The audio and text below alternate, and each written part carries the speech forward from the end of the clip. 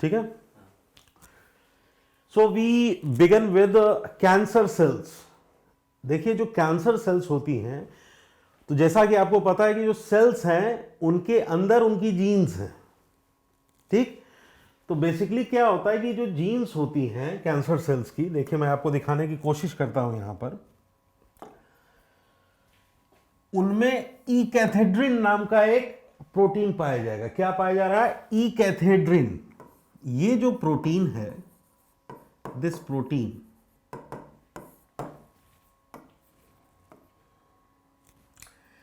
तो ये प्रोटीन क्या करता है? सेल टू सेल अडेशन का काम करता है। यानी कि मान लीजिए कि if this is a normal cell, again this is a normal cell, this is again a normal cells, and this is a array of normal cells. तो अब इन एरे ऑफ नॉर्मल सेल्स को कनेक्ट अगर इसको करना है, ये तो यहां पे ये ई कैथेड्रिन प्रोटीन जो है इसका इस्तेमाल होता है।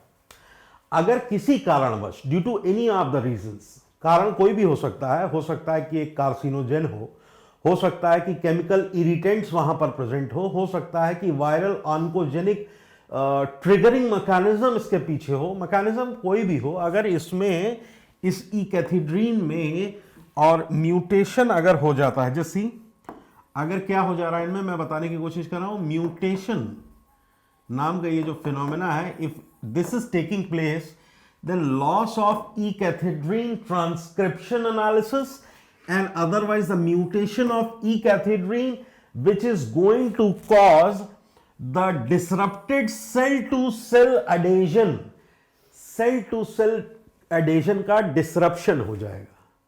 This is what I want to tell you people।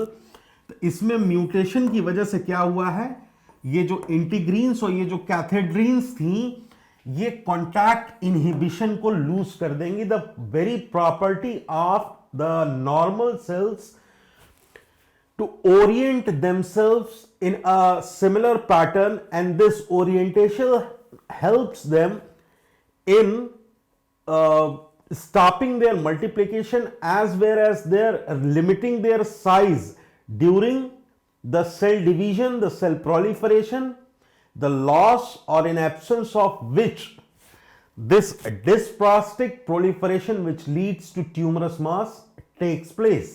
Fine. Okay. Then we come on to the tumors, the benign and the malignant tumors। अब देखिए ये benign ट्यूमर है, यहां पर मैंने आप लोगों को यहां पर एक benign ट्यूमर के बारे में बताया है।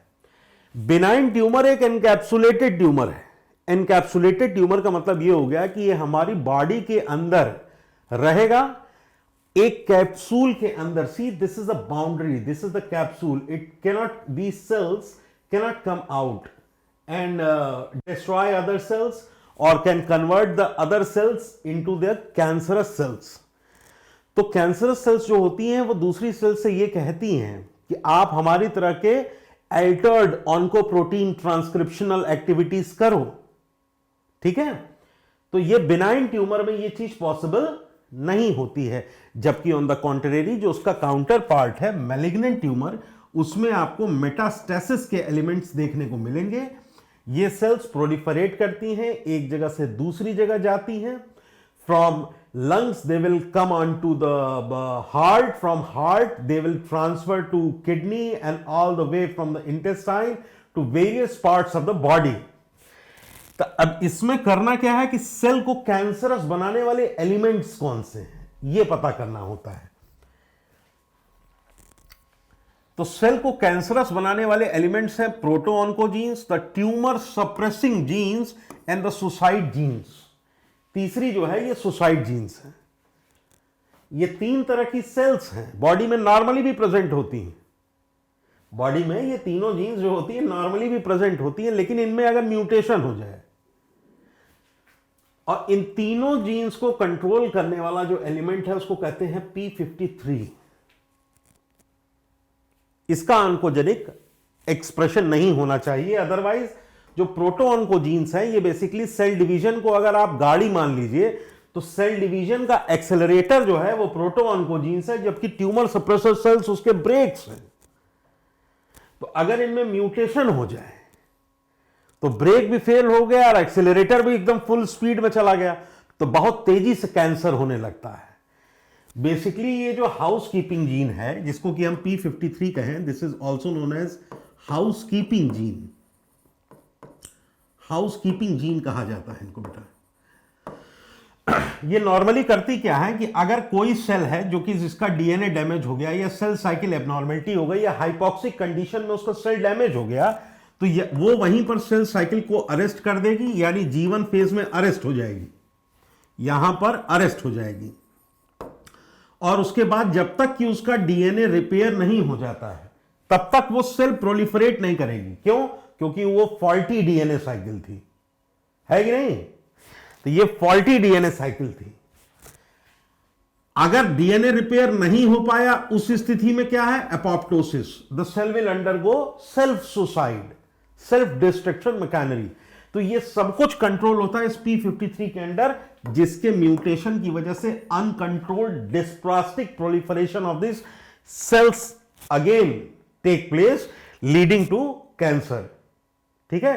तो इस faulty mutated DNA which induces the faulty transcriptional proteins to get expressed, and otherwise the loss of E-cathedrine which was leading to the excessive proliferation and altered cell to cell adhesion leading to loss of contact inhibition is the major cause of cancer in the mechanism of oncogenic progression।